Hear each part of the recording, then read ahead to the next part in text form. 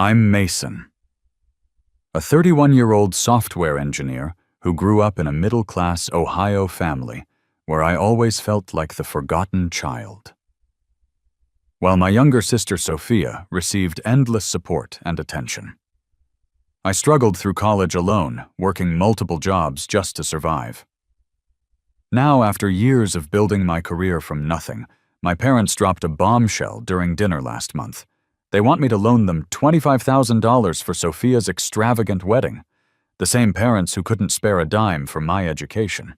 Before I tell you how I finally stood up to my family, drop a comment letting me know where you're watching from, and hit that like and subscribe button if you've ever had to fight for the respect you deserve. Growing up in suburban Dayton, Ohio, I always sensed something was off about my place in our family. My earliest memory of this feeling came on my 7th birthday. Mom and Dad gave me a practical set of school supplies, while just months earlier they'd thrown Sophia an elaborate princess-themed party for her 5th birthday, complete with a custom-cake bouncy castle and a mountain of gifts. I remember telling myself it was because I was older and more mature that I didn't need all that kid stuff. Looking back, I was already making excuses for their behavior. Our modest 2-story home on Maple Street became the stage for countless examples of their favoritism. When Sophia started playing soccer, Dad never missed a game. He'd cheer from the sidelines, camera in hand, documenting her every move. Meanwhile, when I made the debate team in 8th grade and advanced to the state championship, neither parent attended. "Someone has to take Sophia to her dance recital," Mom explained the night before my competition. I won 1st place, but celebrated with my coach and teammates instead of family. By the time I turned 15, I'd accepted that academic achievement was my path forward, even if it went largely unnoticed at home. I maintained a 4.0 GPA throughout high school, often studying late into the night after finishing my shift at the local grocery store. The part-time job had been my dad's suggestion. "It builds character, Mason," he'd said while driving me to my interview. "Your sister isn't wired like you. She's more sensitive, more creative. But you've got a good head for responsibility." At the time, I took it as a compliment. Now I recognize it as the beginning of a pattern, positioning Sophia as needing protection and support while I was expected to fend for myself. Christmas mornings told the same story. Sophia would unwrap new phones, designer clothes, and whatever else topped her wish list. My gifts were invariably practical. A new backpack, winter boots, or once a set of SAT prep books. The message was clear: if unspoken, Sophia deserved indulgence, while I needed to focus on self-sufficiency. The inequality extended beyond material things. When Sophia struggled with algebra in 9th grade, Dad hired a private tutor without hesitation. When I mentioned wanting to attend a summer engineering program that could strengthen my college applications, Mom sighed about finances being tight. "Maybe you could save up for it yourself. You're so good with money, Mason." Despite everything, I loved my family. That's the complicated truth that made the hurt so much deeper. I wanted my parents' approval, desperately convincing myself that if I just achieved enough, they'd finally see me. I channeled that yearning into motivation, joining every academic club possible, and even founding our school's robotics team. The team won a regional championship my senior year. My parents attended the ceremony but left early to take Sophia shopping for her sophomore homecoming dress. The most painful memory from those years came during my high school graduation. As valedictorian, I delivered a speech I'd worked on for weeks, pouring my heart into words about perseverance and future potential. When I returned to my seat, glowing from the standing ovation, I overheard my dad telling a neighboring parent, "That's my son up there, but you should see my daughter's paintings. She's the real creative genius in the family." That night, during our small family celebration dinner, my parents spent most of the evening discussing Sophia's upcoming summer plans, rather than my accomplishment or college future. I sat quietly picking at my food, still wearing my honor cords and medal invisible in plain sight. Despite it all, I entered that summer with hope. College would be my fresh start, my chance to prove myself on my own terms. I'd been accepted to several excellent engineering programs, including my dream school with a partial scholarship. Surely now, with such tangible evidence of my potential, my parents would finally step up and show me the same support they'd always given Sophia. I couldn't have been more wrong. The college acceptance letters arrived in a flurry that spring. I'd been strategic in my applications, focusing on strong engineering programs while being mindful of potential financial aid. The partial scholarship to Michigan Tech was the crown jewel, covering about 40% of my tuition for a program ranked in the top 20 nationwide. I couldn't wait to share the news. I chose a Sunday dinner in April to make my announcement printout of the scholarship letter in hand. Mom had made her special pot roast, and the mood was light. Perfect timing, I thought. "I've made my decision," I said, trying to contain my excitement. "I'm accepting the offer from Michigan Tech. They have an amazing computer science program, and I got that scholarship I was hoping for." Dad nodded, taking a sip of his water. "That's a good school. When do they need the first tuition payment?" "Early August," I replied. "The scholarship covers about 40%, and I've saved almost $5,000 from my job. I was hoping we could talk about how to handle the rest." The silence that followed still echoes in my memory. Mom and Dad exchanged a look I couldn't quite interpret. "Mason," Dad finally said, setting down his fork, "we've always been straight with you. You know we're not in a position to contribute much to your college." The floor seemed to drop beneath me. "But I got the scholarship. I've been saving. I just need some help with the difference." "You're smart and capable," Mom added, her voice gentle but firm. "You'll figure it out. There are loans work-study programs. This is part of becoming independent. What about the college fund? You started one when I was born. You mentioned it when I was younger." My voice sounded distant to my own ears. Another exchange of glances between them. "We had to redirect some of those funds over the years," Dad explained vaguely. "Family expenses. But don't worry, we'll make sure Sophia's covered when her time comes. She's not as independent as you are." The words hit like physical blows. Not as independent. For not as expendable. "I see." I carefully folded the scholarship letter and placed it beside my plate. The rest of the meal passed in a blur. That summer became a crash course in financial reality. I researched student loans, filled out countless forms for additional grants, and increased my work hours to squeeze out every possible dollar before departure. While friends enjoyed their last carefree months before college, I worked double shifts, coming home exhausted only to spend hours on scholarship applications. Meanwhile, Sophia was at an expensive summer arts camp fully funded by our parents. I arrived at Michigan Tech that fall, with determination hardened by disappointment. My financial aid package had come together, but barely.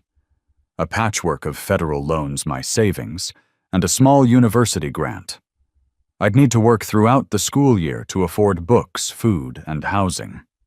My first apartment was a cramped 2-bedroom unit shared with 3 other students, all of us trying to minimize living expenses. My bedroom was actually a converted dining nook with a curtain for privacy, but the rent was cheap. Our furniture consisted of cast-offs and curbside finds. I slept on an air mattress for the entire first semester until I could afford a used futon. My schedule that first year was brutal. Classes from morning until mid-afternoon, then straight to my campus job at the library until closing. Weekends meant shifts at a local diner, where I could sometimes bring home leftover food, a significant perk when ramen and peanut butter sandwiches were dietary staples. The toll wasn't just physical. I watched as other students joined clubs, attended campus events, and built the social connections that college is supposed to foster. I missed most of these opportunities, too busy working or too exhausted to participate. When classmates planned weekend trips or ordered late-night pizza, I made excuses rather than admit I couldn't afford it. The winter break of freshman year brought another painful contrast. Returning home, I found Sophia's room upgraded with new furniture and a laptop to help with her high school projects. My old room remained unchanged, except for some of my things having been moved to the attic to create more space. It was during my sophomore year that two pivotal relationships changed my trajectory. The first was with Professor Edwards, my advanced programming instructor. After I aced his notoriously difficult midterm, he asked me to stay after class. "You have a gift for this," he said, looking over my code. "But you look exhausted. Everything okay?" Something about his genuine concern broke through my carefully constructed facade. I found myself explaining my situation, the multiple jobs, the financial stress, the lack of family support. Instead of pity, he offered practical help. "The computer science department needs teaching assistants for the intro courses. The pay is better than the library, and it looks great on a resume. I'll recommend you." That TA position reduced my working hours while actually increasing my income.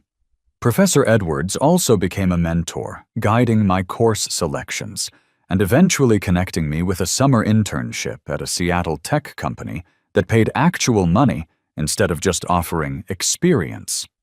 The second relationship began in an algorithm study group. Trevor, a fellow computer science major, came from a stable, supportive family in Portland. We bonded over coding challenges and gradually became friends beyond the classroom. Trevor was the first person to directly acknowledge the inequality I'd grown up with. "Dude, that's messed up," he said plainly, after hearing about my parents' refusal to help with college while promising to cover Sophia's future education. "My parents would never play favorites like that." His straightforward validation was surprisingly healing. Trevor's family even adopted me in small ways. His mom sending care packages with homemade cookies addressed to both of us. His dad offering advice about internships and career planning. When my laptop died before finals week junior year, and I couldn't afford to replace it, Trevor's parents sent money for a new one, calling it an early graduation gift. Those 4 years were a constant struggle, but I persevered. I graduated with honors in computer science with Professor Edwards proudly watching from the faculty section. Trevor and his parents cheered loudly when my name was called. My own parents attended, of course, but their excitement seemed muted compared to their reaction at Sophia's high school graduation the same month. While they took dozens of photos of Sophia with her friends and teachers, they managed only a quick family picture after my ceremony, before discussing where to take Sophia for her celebratory dinner. As I packed my belongings that summer, preparing to move to Seattle for my first post-college job, I realized I was packing away my expectations of parental approval along with my textbooks and clothes. I'd built my own success without their support. Now, I would build my own life without their validation. I left Ohio with a computer science degree, substantial student loan debt, and a determination to never look back. Seattle welcomed me with persistent rain and limitless opportunity. My entry-level software development position at Horizon Tech didn't pay spectacularly, but after years of poverty-level student living, my salary felt like sudden wealth.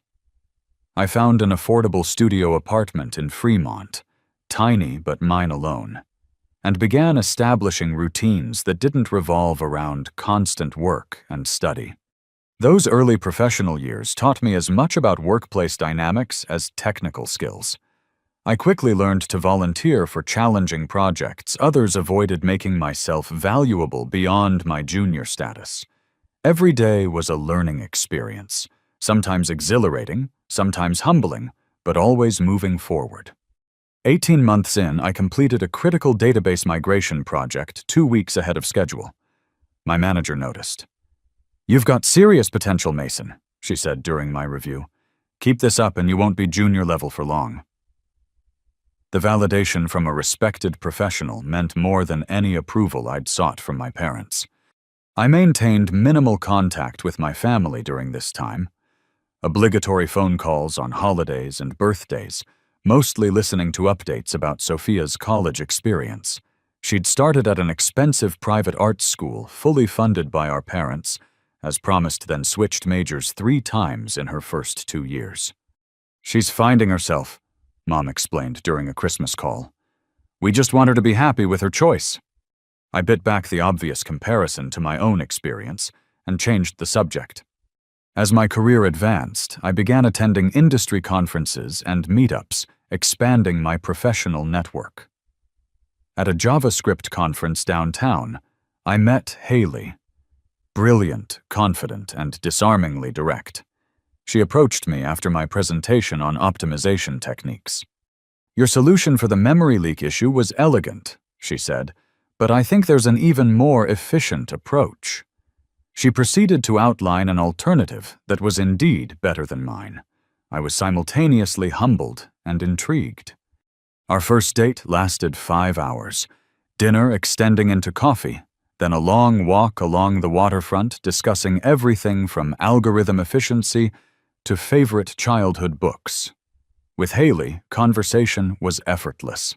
She worked as a UX designer at a competing tech firm, bringing a perspective that complemented my more back-end focused experience. As our relationship deepened, I witnessed family dynamics I'd never experienced. Haley's parents treated their 3 children with consistent love and support, celebrating each person's unique strengths without comparison or favoritism. The first time I joined them for a holiday dinner, her father made a toast that included something positive about each family member's year. The casual, genuine affection between them all was almost disorienting to witness. "Your parents are amazing," I told Haley afterward. "They're not perfect, but they try to be fair," she replied. Then, after I'd shared more about my own upbringing, "What happened to you wasn't fair, Mason. It wasn't about you not deserving support. It was about them failing as parents." Her perspective helped me see my childhood through a different lens. Maybe I wasn't lacking. Maybe they were. 3 years into my Seattle life, I received a significant promotion to senior software engineer, accompanied by a salary increase that finally allowed me to accelerate my student loan payments. I celebrated by opening my first investment account, a small but symbolic step toward long-term financial security. The following year, I put a down payment on a modest 1-bedroom condo in Ballard. After a lifetime of temporary spaces, the shared bedroom with constantly shifting furniture, the curtained alcove in college rented apartments, I finally had a home that was truly mine. I spent weekends painting walls, assembling furniture, and slowly transforming the space into a reflection of myself rather than a temporary shelter. Meanwhile, updates from Ohio continued in their predictable pattern. Sophia finally graduated after 5.5 years with no immediate job prospects. My parents bought her a new car as a graduation gift to help with her job search and subsidized her apartment in Cincinnati while she found her creative path. During one of my rare visits home, I noticed framed photos of Sophia throughout the house, documenting every life stage from infancy through college graduation. My presence was limited to a single family portrait and one graduation photo tucked on a side table. I mentioned this observation to Trevor during our next phone call. "You've built a great life despite them, not because of them," he reminded me. "Their approval isn't the measure of your worth." He was right.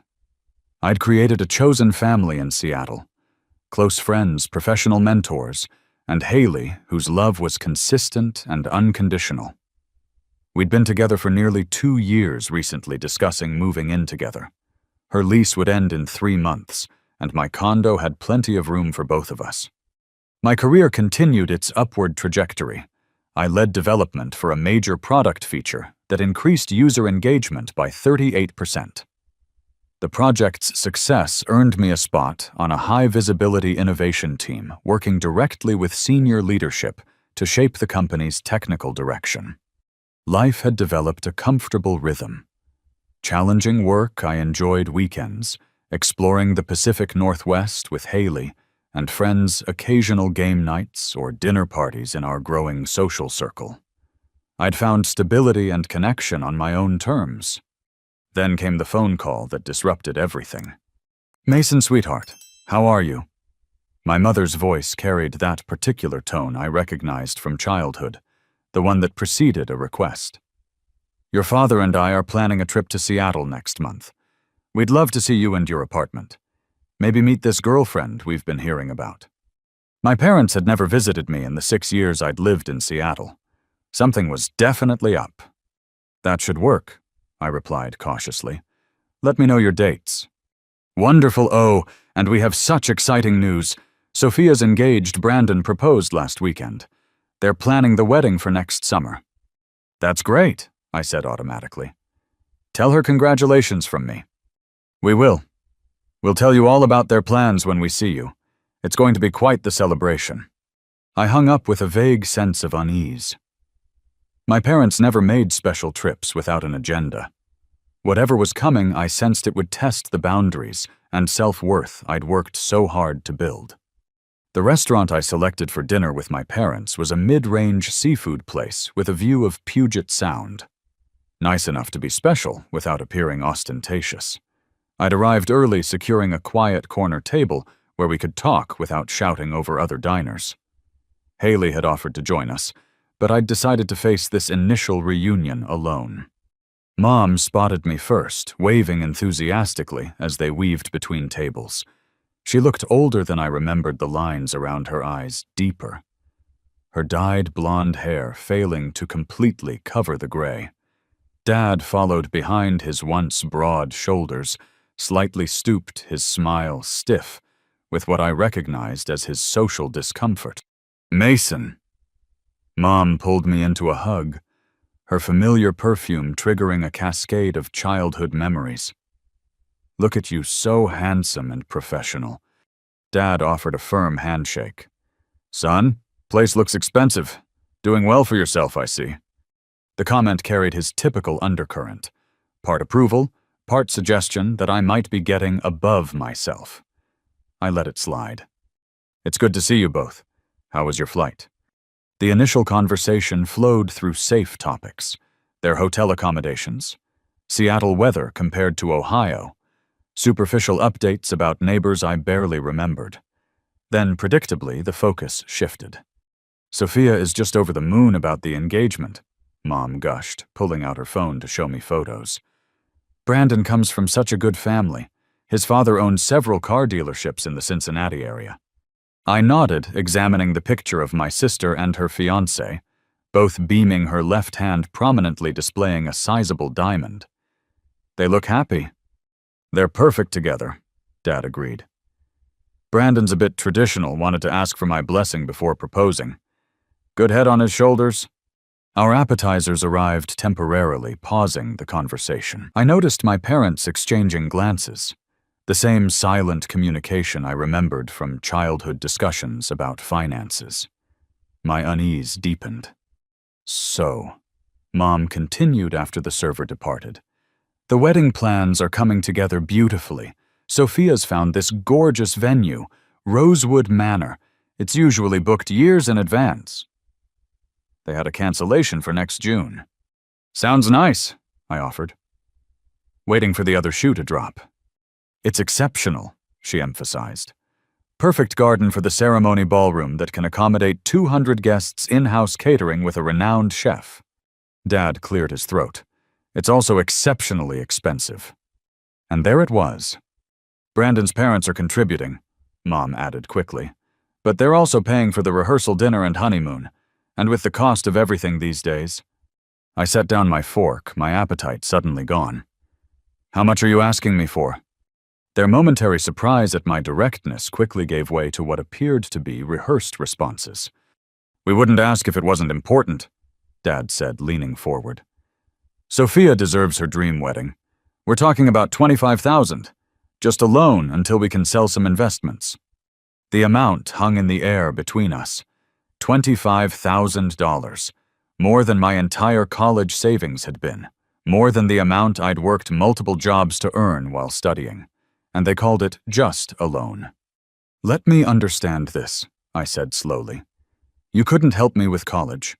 You told me family finances were tight. You made me work through school while covering Sophia's education completely.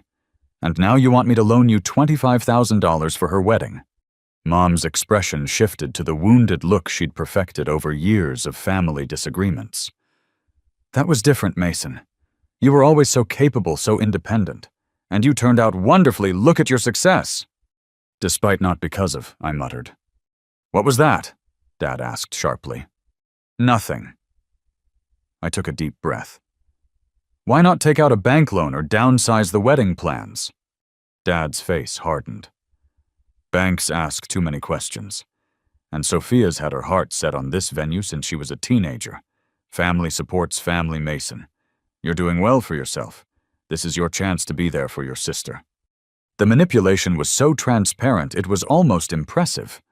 Frame my reluctance as failing my sister rather than questioning their favoritism.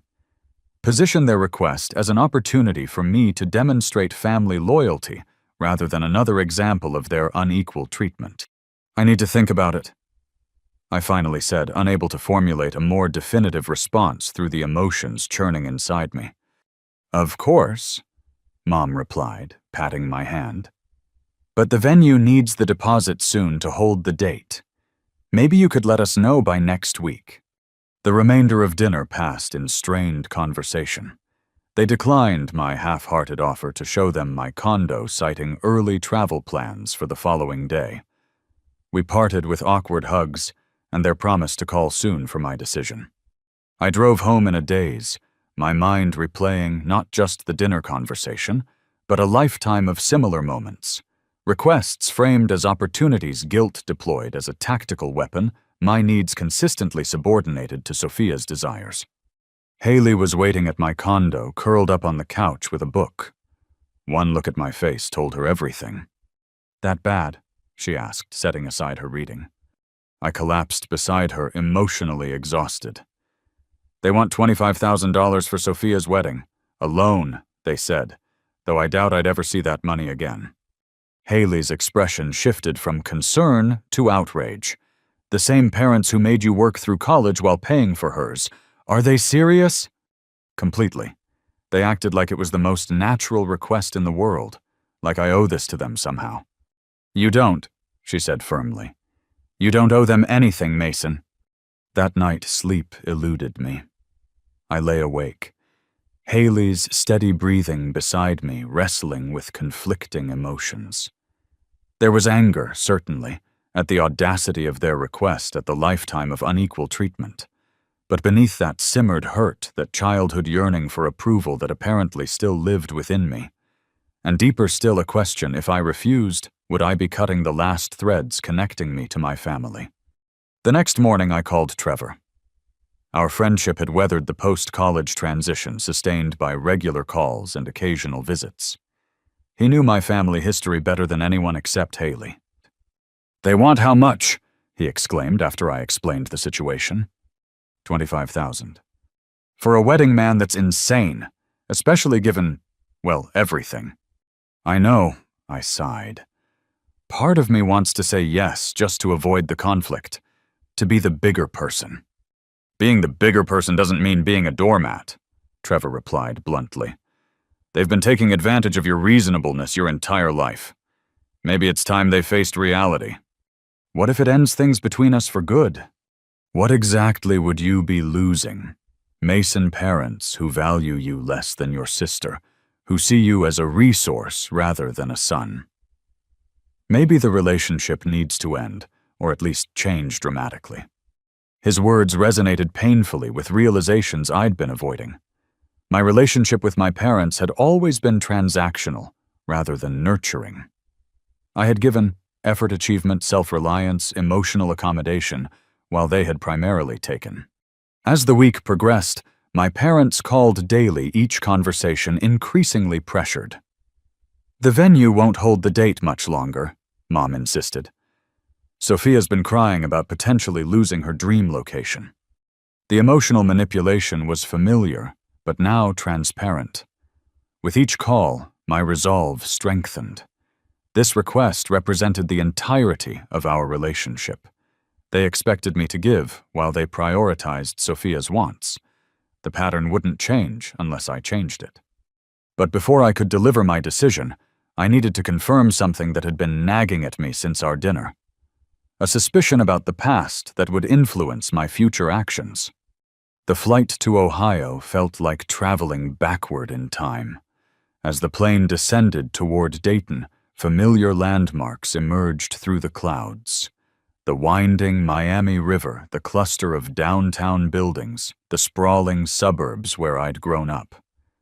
I hadn't planned this trip, but after a week of sleepless nights and circular thinking, I needed to confront my parents face to face about their request. More importantly, I needed answers about the pass. I rented a car at the airport, opting for a basic economy model despite the agent's persistent upselling attempts. Old habits die hard. Years of financial vigilance had become ingrained. The spring afternoon was unseasonably warm as I navigated familiar streets toward my childhood neighborhood. Instead of heading directly to my parents' house, I made a detour. The modest rancher with the meticulously maintained garden belonged to Mr. Jenkins, our former next-door neighbor. A retired high school principal, he had always been kind to me attending my debate competitions when my parents couldn't make it and hiring me for lawn work during summers. If anyone would give me honest answers, it would be him. His eyebrows rose in surprise when he opened the door. "Mason! Good Lord, look at you all grown up. What brings you back to town?" "Family matters," I replied vaguely. "Thought I'd stop by and say hello while I'm here." His living room remained unchanged from my childhood memories. Comfortable furniture, bookshelves lining the walls, the faint scent of pipe tobacco, though he'd quit smoking years ago. We settled in with iced tea, catching up on the intervening years. I told him about Seattle, my career, and Haley. He shared neighborhood gossip and updates on his grandchildren. When the conversation naturally ebbed, I carefully steered it toward my real purpose. My parents mentioned they're helping Sophia plan her wedding. Sounds like quite an event. Mr. Jenkins nodded. "Oh yes, your mother talks about it constantly. Quite the production from what I gather." "They've always gone all out for Sophia," I said, keeping my tone light. "Remember how they handled our college years? Sophia got the full ride from them while I worked my way through." A flicker of confusion crossed his face. "That's not how I remember it, Mason. Your parents were so proud of that college fund they'd built for you. Your father mentioned it often, how they'd started saving when you were born, determined to give both their children debt-free educations." My hand froze midway to my glass. "They told you they had a college fund for me?" "Certainly. Robert showed me the statement once. Must have been around your junior year of high school. Quite impressive, nearly $60,000 if I recall correctly. They were equally committed to both you and Sophia's education, at least from what they told me."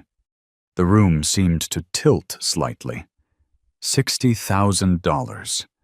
More than enough to have covered what my scholarship didn't. Enough to have spared me years of exhausting work study and the student loans I was still repaying. "Are you all right, son? You've gone quite pale." I forced a smile. "Just surprised. There must have been some misunderstanding. They couldn't help with my college expenses." Mr. Jenkins frowned. "That's strange. They definitely told the neighborhood they were paying for both children's education. We're quite proud of it, actually." I thanked him for his time shortly afterward, my mind racing with implications. The drive to my parents' house passed in a blur of emotions. Shock giving way to anger, then a cold, clarifying rage I'd never allowed myself to feel before. Their car was in the driveway, along with another I didn't recognize. I hadn't called ahead, preferring the element of surprise. Dad answered the door, his initial smile faltering at my expression.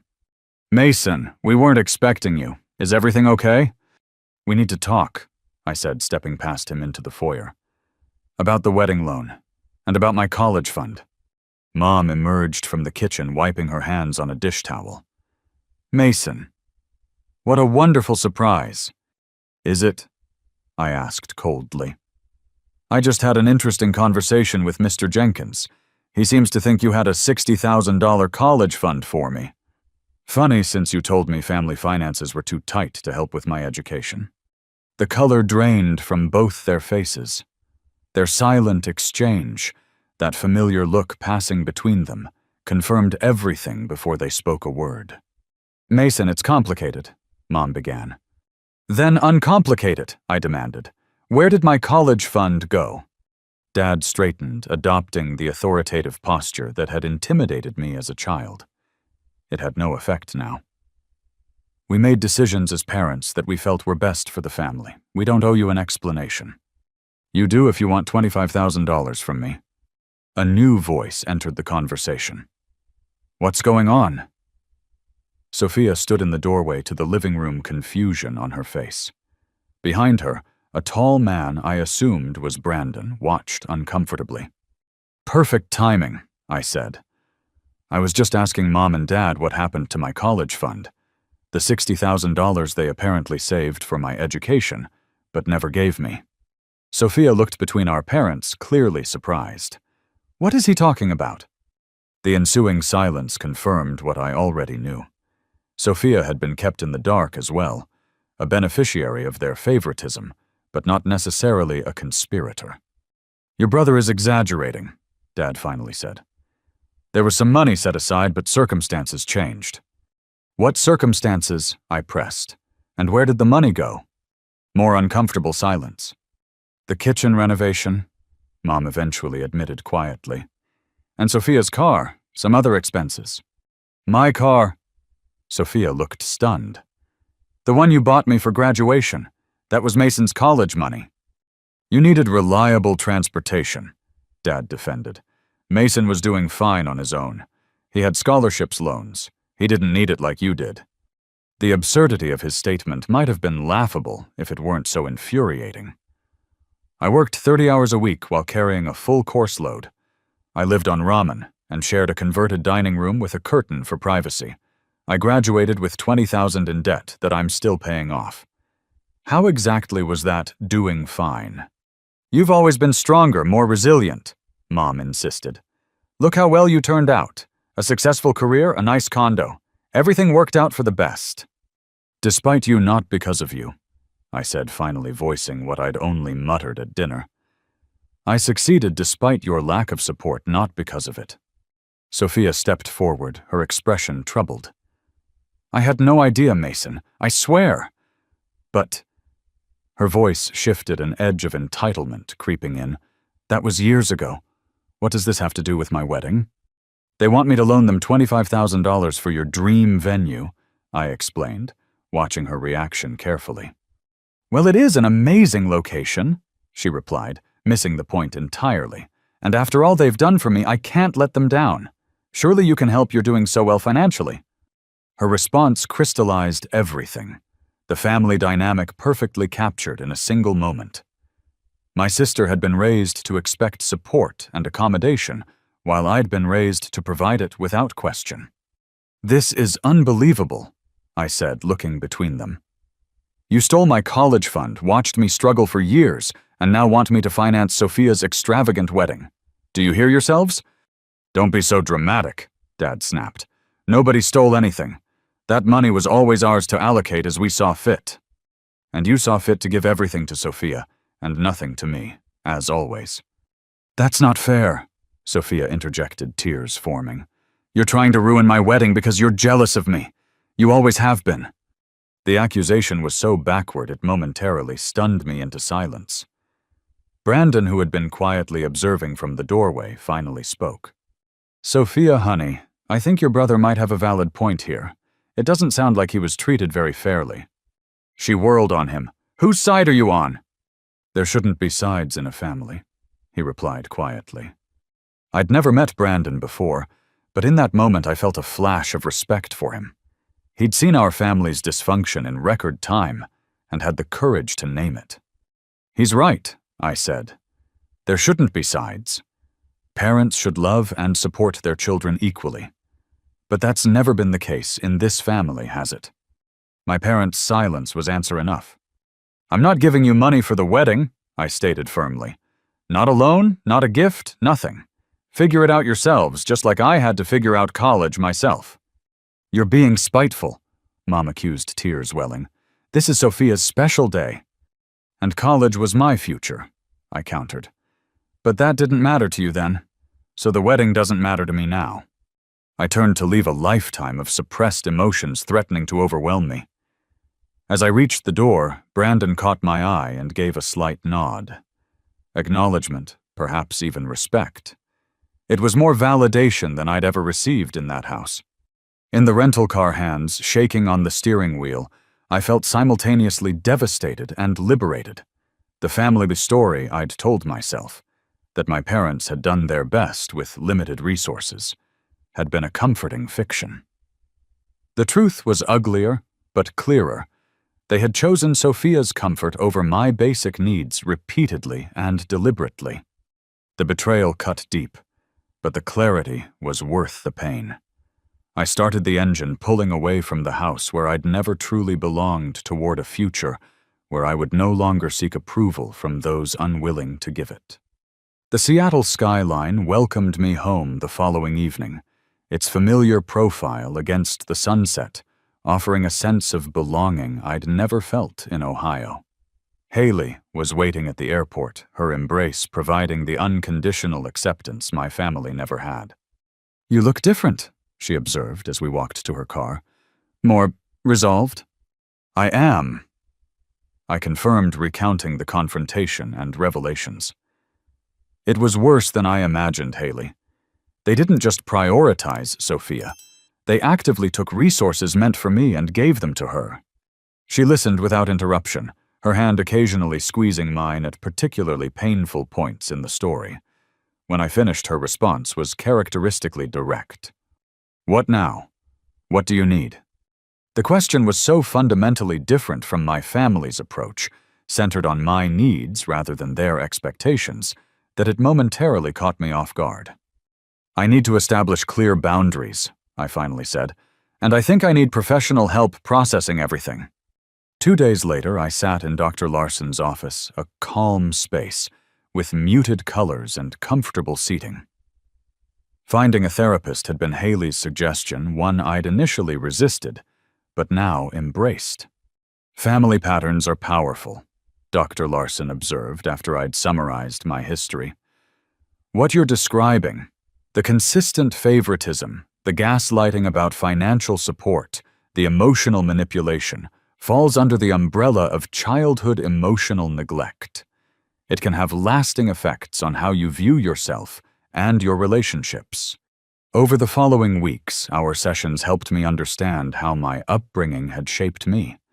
My drive for achievement as a substitute for parental approval. My discomfort with receiving help, my tendency to downplay my needs. We also discussed strategies for establishing healthy boundaries with my family moving forward. "Boundaries aren't about punishing others," Dr. Larson explained. "They're about protecting yourself. You get to decide what relationship you want with your parents and sister, if any." Meanwhile, my parents' messages continued alternating between guilt trips. Sophia cries herself to sleep over losing her venue. Angry accusations, "After everything we've done for you," and attempts at negotiation. "What if we only asked for $15,000 instead?" I let most go unanswered, buying time to clarify my thoughts and intentions. Haley and I spent a Saturday morning drafting an email together, something I could refer back to if my resolve wavered during future conversations. The process was cathartic, helping me articulate years of unspoken feelings. After multiple revisions and a final review with Dr. Larson, I sent it. Mom, Dad, and Sophia. I've taken time to reflect on our recent conversations and the broader patterns in our family. This email will outline my position clearly to avoid any misunderstandings. First, I will not be contributing financially to Sophia's wedding. This decision is final and not open to negotiation. My refusal isn't about punishing anyone, it's about acknowledging the reality of our family dynamic and declining to perpetuate it further. The revelation about my college fund being redirected to home renovations and Sophia's car confirmed what I've felt my entire life, that my needs and future were consistently deemed less important than Sophia's wants and comforts. This pattern has caused deep hurt that I'm only now beginning to fully process. Moving forward, I need to establish clear boundaries. 2. I will not discuss financial support for any family member. My resources are mine to allocate according to my priorities and values. 2. I will not participate in conversations where my experiences are minimized or dismissed. Phrases like, "You turned out fine anyway," or "You've always been stronger," are not acceptable responses to legitimate grievances. 3. I will only engage in family communication that is respectful and acknowledges past inequities rather than denying them. Despite everything I do, love you all. I'm open to building a healthier relationship, but only if it's based on honesty and mutual respect. This would require acknowledgement of the favoritism that defined my childhood and a genuine commitment to change moving forward. If you're unwilling or unable to respect these boundaries, I'll need to limit our contact for my own well-being. This isn't an ultimatum, but a necessity for my emotional health. I hope we can eventually find a way forward that respects everyone's dignity and worth. Mason. The response was swift and predictable. My phone exploded with notifications within hours, voicemails from my mother crying about family loyalty, text messages from my father demanding I stop this nonsense and be reasonable, and a lengthy email from Sophia accusing me of deliberately ruining her happiness out of jealousy.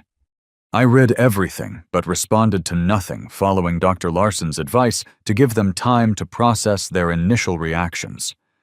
They're experiencing the discomfort of having their narrative challenged, she explained. That's not your responsibility to manage. The family pressure campaign escalated. Distant relatives I barely knew began calling, obviously enlisted by my parents, to talk sense into me. An aunt I hadn't spoken to in years texted that I was breaking your mother's heart over money, while a cousin suggested I was making a big deal out of nothing. Parents always have favorites. I blocked the most aggressive contacts and crafted a simple, consistent response to others. This is a private matter between me and my immediate family. I appreciate your concern, but I've made my decision. Through it all, my support system proved invaluable. Trevor called regularly, offering both distraction and validation. Haley's unwavering presence reminded me daily that healthy, equal relationships were possible. My therapist helped me navigate the waves of guilt and doubt that occasionally threatened my resolve. 2 weeks after my email, an unexpected message appeared in my inbox from Brandon Sophia's fiancé. Mason, you don't know me, and I understand if you delete this without reading. I wanted to reach out privately to say I respect how you've handled this situation. The dynamics I witnessed in your family home were troubling, to say the least. Sophia and I have had some difficult conversations since your visit. She's struggling to reconcile the family narrative she's always believed with the evidence you presented. It's not easy for her to consider that her parents' favoritism might have caused you real harm. We've scaled back our wedding plans significantly, partly financial necessity without your contribution, but also because I can't in good conscience celebrate our union with such extravagance knowing it came at your expense.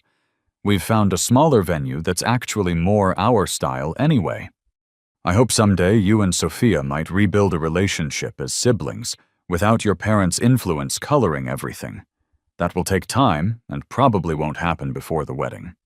Either way, I wanted you to know that your stand made an impact, at least on me. Brandon. The message brought unexpected tears to my eyes. Not just acknowledgement of my experience, but evidence that my boundaries were creating ripples of change. A few days later, another surprise arrived. A handwritten note from Mr. Jenkins. Mason, I've been reflecting on our conversation and subsequent events. Your mother called me quite distressed. I want you to know I've always admired your determination and character. The way you've handled this difficult situation only confirms what I've always believed about you. Sometimes the strongest thing we can do is refuse to participate in stories others have written for us. You're writing your own story now, and from what I can see, it's a good one. Take care of yourself. Arthur Jenkins. As weeks passed, the intensity of family communication gradually subsided. My parents eventually sent a stiff email stating they were disappointed in my choice, but would respect my decision, as close to acceptance as I was likely to get. Sophia remained silent. Meanwhile, life in Seattle continued. I threw myself into a challenging work project, earned another promotion, and began seriously discussing engagement with Haley. We'd been together nearly 3 years now, building a relationship based on mutual respect and support. Everything my family relationships had lacked. One evening, as we walked along Alki Beach, watching the sunset paint the skyline in dramatic oranges and pinks, I realized something profound. The approval I'd spent a lifetime seeking from my parents had never been forthcoming because it wasn't about me at all. It was about their own limitations and choices. And finally, at 31, I no longer needed it. 6 months passed like a deep breath, slowly released. The immediate storm of family drama subsided, leaving room for reflection and healing in its wake. The process wasn't linear.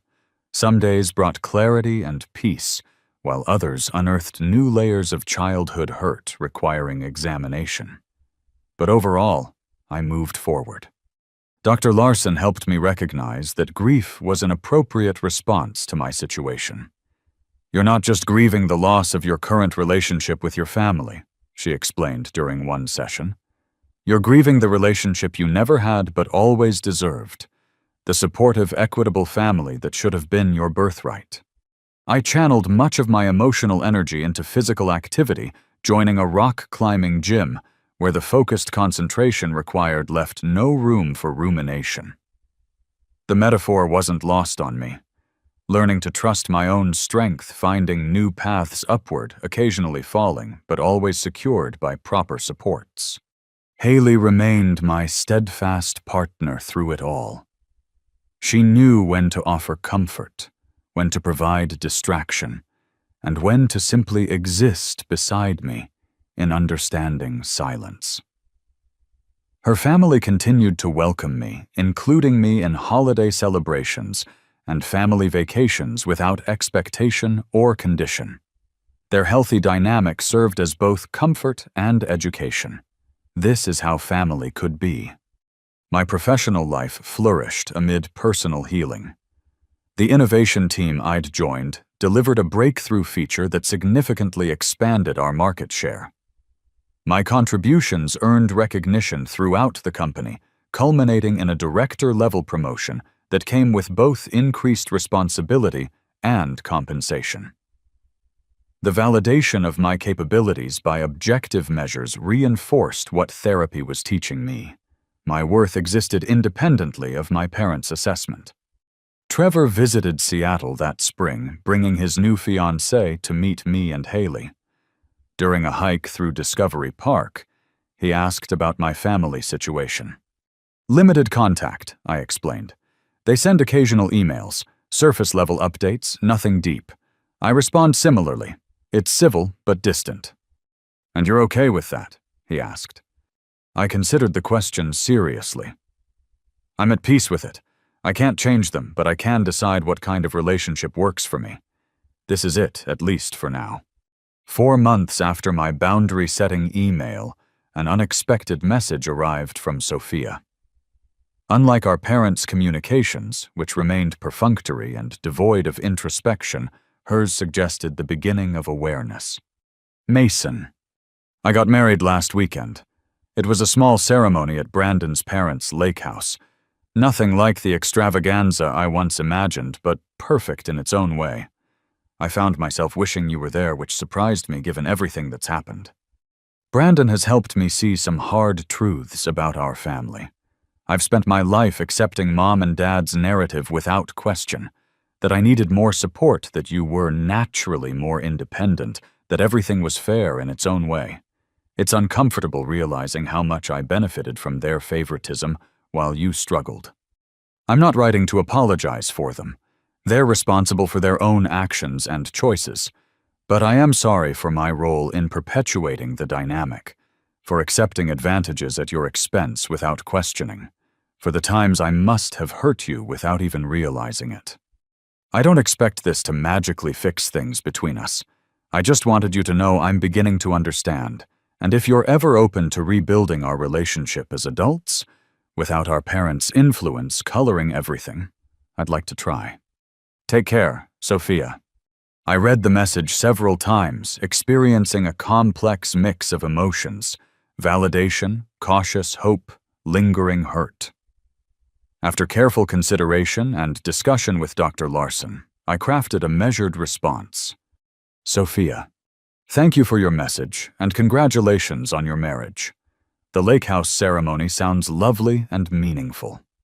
I appreciate your reflections on our family dynamics.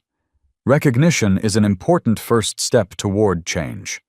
While I can't erase the past hurt, I'm open to the possibility of a different relationship moving forward with some essential conditions. Respect for my established boundaries regarding our parents. Acknowledgement of past inequities without minimization. Space for my feelings without defensiveness. Understanding that trust will need to be rebuilt gradually. If these terms seem workable to you, perhaps we could start with occasional email exchanges to see where things lead. Wishing you and Brandon happiness in your new chapter, Mason. Her positive response opened a tentative channel of communication between us.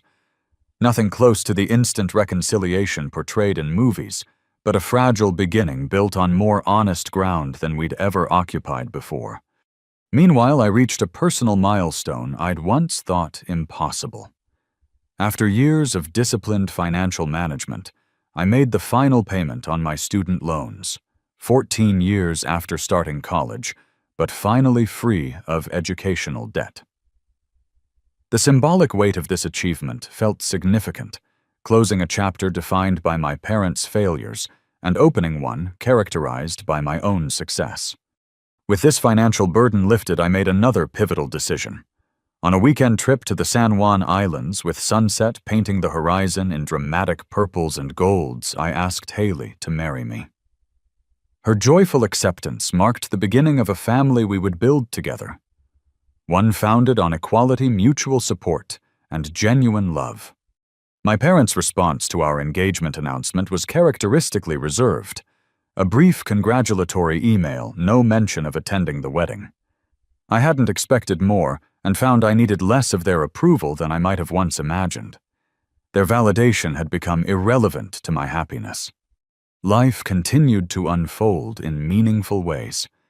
Haley and I purchased a larger condo with space for her home office and my growing collection of musical instruments, a hobby I'd recently rediscovered after abandoning it in college due to time constraints. We adopted a shelter dog named Cooper, who brought unexpected joy with his enthusiastic approach to everything from morning walks to evening cuddles. My relationship with my parents evolved into something I could manage without sacrificing my well-being. I accepted that they might never fully acknowledge the inequity of their parenting or offer the apology I once craved. Their occasional messages remained superficial, and I responded in kind. Weather updates, basic career developments, nothing that invited deeper engagement. It wasn't the relationship I would have chosen, but it was one I could sustain without reopening old wounds.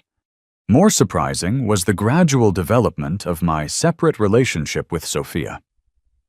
Our email exchanges grew more frequent and substantive, eventually progressing to occasional video calls, where we cautiously explored shared childhood memories from our different perspectives.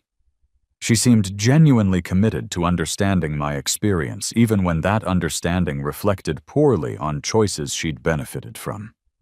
Brandon sometimes joined these calls, his outsider perspective often helping bridge communication gaps between us. Through therapy, supportive relationships, and deliberate reflection, I've extracted meaningful lessons from my family experience. Self-worth isn't determined by parental validation. My value exists independently of my parents' ability to recognize it. Financial independence provides more than material security.